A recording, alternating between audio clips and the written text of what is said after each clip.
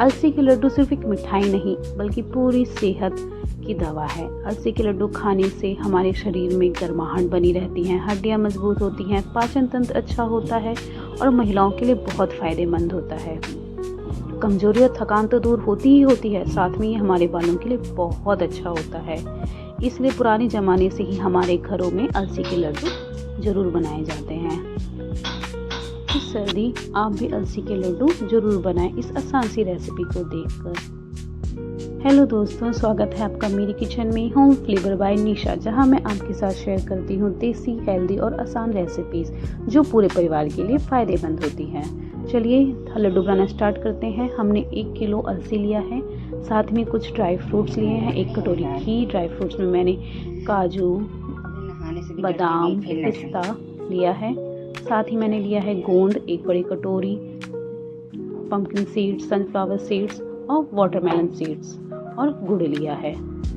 सबसे पहले हम गैस पर कढ़ाई रखकर उसे गर्म कर लेंगे और उसे मीडियम फ्लेम पर कर देंगे। अब अलसी को थोड़ा थोड़ा करके हम उसे भून लेंगे। अलसी में ओमेगा 3 फैटी एसिड होता है जो दिल और जोड़ों के लिए बहुत ही फायदेमंद होता है। अलसी में से जब चट चट की आवाज़ आने लग जाए और अच्छी एक स्मेल आने लग जाए तो आप समझ जाइएगा कि हमारी अलसी भुन चुकी है। देखिए इसमें से कैसे चट चट की आवाज़ आ रही है। कुछ देर और भूनने के बाद इसे हम प्लेट में ट्रांसफ़र कर लेंगे। सेम इसी प्रोसेस से बाकी बची अलसी को भी हम थोड़ा थोड़ा करके भून लेंगे और दूसरी प्लेट में ट्रांसफ़र कर लेंगे। अलसी जब भून जाए तो अब हम उसी सेम कढ़ाई में घी डालकर ड्राई फ्रूट्स को भून लेंगे। सबसे पहले हम 1 छोटी कटोरी बादाम डालेंगे, फिर उसमें हम काजू डालेंगे और उसे हल्का सा चलाने के बाद अब उसमें हम पिस्ता डाल देंगे और इन्हें अच्छी तरीके से हल्का गोल्डन होने या ब्राउन होने तक भून लेंगे। बादाम हमारे दिमाग को तेज करता है, काजू एनर्जी देता है और पिस्ता खून बढ़ाने में मददगार होता है। इसलिए इन सबको हमें अपनी डेली डाइट में ज़रूर शामिल करना चाहिए। जब ड्राई फ्रूट्स हल्के ब्राउन हो जाएं तो उसे दूसरी प्लेट में ट्रांसफ़र कर लेंगे।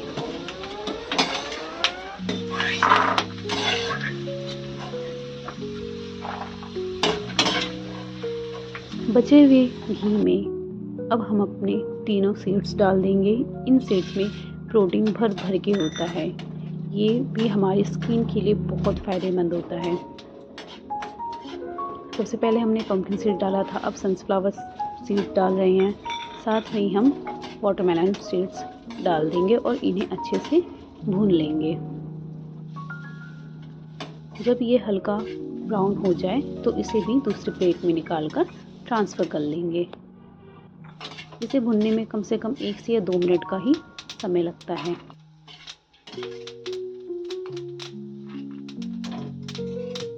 अब उसी कढ़ाई में 2 चम्मच घी और डालेंगे और उसमें गोंद डालकर उसे तल लेंगे।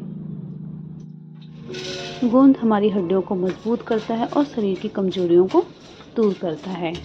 इसका सेवन सर्दियों में बहुत ही फायदेमंद होता है। गोंद जब तक फूल ना जाए उसे हम तलते रहेंगे।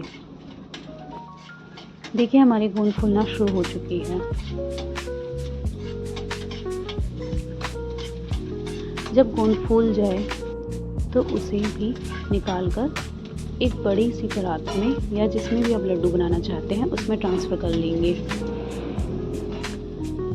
ट्रांसफ़र करने के बाद हम एक ऐसा कोई ग्लास या फिर कोई भारी चीज़ लेकर उन गोंद को अच्छे से क्रश कर लेंगे।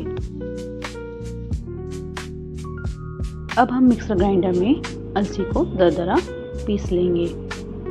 इसको दरदरा ही रखिएगा, एकदम फाइन मत करिएगा।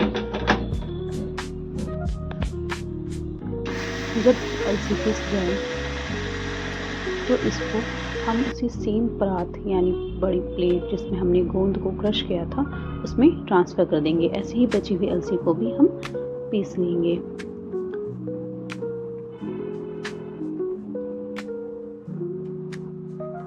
अलसी को पीसने के बाद हमने जो ड्राई फ्रूट्स भूने थे उन्हें भी हम पीस लेंगे और इसी सेम प्लेट में या परात में ट्रांसफ़र कर देंगे। इसके बाद हम बचे हुए सीड्स को भी मिक्सर में पीस लेंगे और उसी सेम परात में ट्रांसफ़र कर देंगे।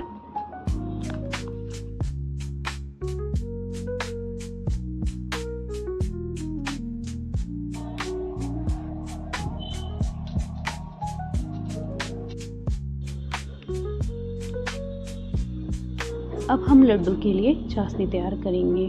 उसके लिए मैंने एक छोटे गिलास से 1 गिलास पानी लिया है और उसको कढ़ाई में डाल देंगे। साथ ही मैंने आधा किलो के करीब गुड़ लिया है, उसको भी उस कढ़ाई में डाल देंगे और उसे मिलाते हुए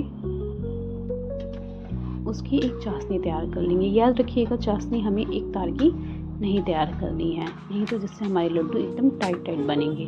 इसमें सिर्फ गुड़ पिघलना चाहिए और हल्का सा गाढ़ा हो जाए, जिससे हमारी बाइंडिंग बहुत अच्छी बनती है और लड्डू भी अच्छे बनते हैं। देखिए हमारी चाशनी बिल्कुल तैयार है। अब इसे हम अपने पिसे हुए मिक्सर में ऐड कर देंगे। इस चाशनी को मिक्सर में अच्छी तरीके से मिक्स करना है। गरम रहने पर हम इसे किसी कलछुल या चम्मच के हेल्प से इसे मिलाएंगे। जब ये ठंडा हो जाए, हल्का ठंडा हो जाए, तो इसे हम अपने हाथों की मदद से अच्छे से मिला लेंगे।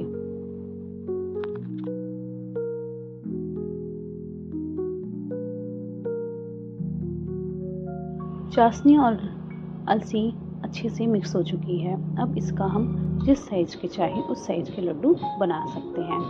अगर आपके हाथ में लड्डू का जो मिक्सचर है वो चिपके तो आप हल्का सा अपने हाथ में पानी लगा सकती हैं, जिससे लड्डू आपके हाथों में चिपकेगा नहीं और अच्छे से इसकी बाइंडिंग हो जाएगी और अच्छे से बनेंगे। देखिए देखने में कितना अच्छा लग रहा है। अगला हाथ लाओगे, बस रख दो। इसी तरह आप सारे लड्डू बनाकर तैयार कर लीजिए।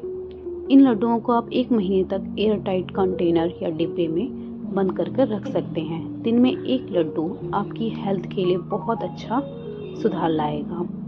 अगर आपको ये रेसिपी पसंद आई हो तो वीडियो को लाइक करें, शेयर करें, कमेंट करना ना भूलें और ऐसी ही वीडियो के लिए हमारे चैनल के साथ जुड़े रहें।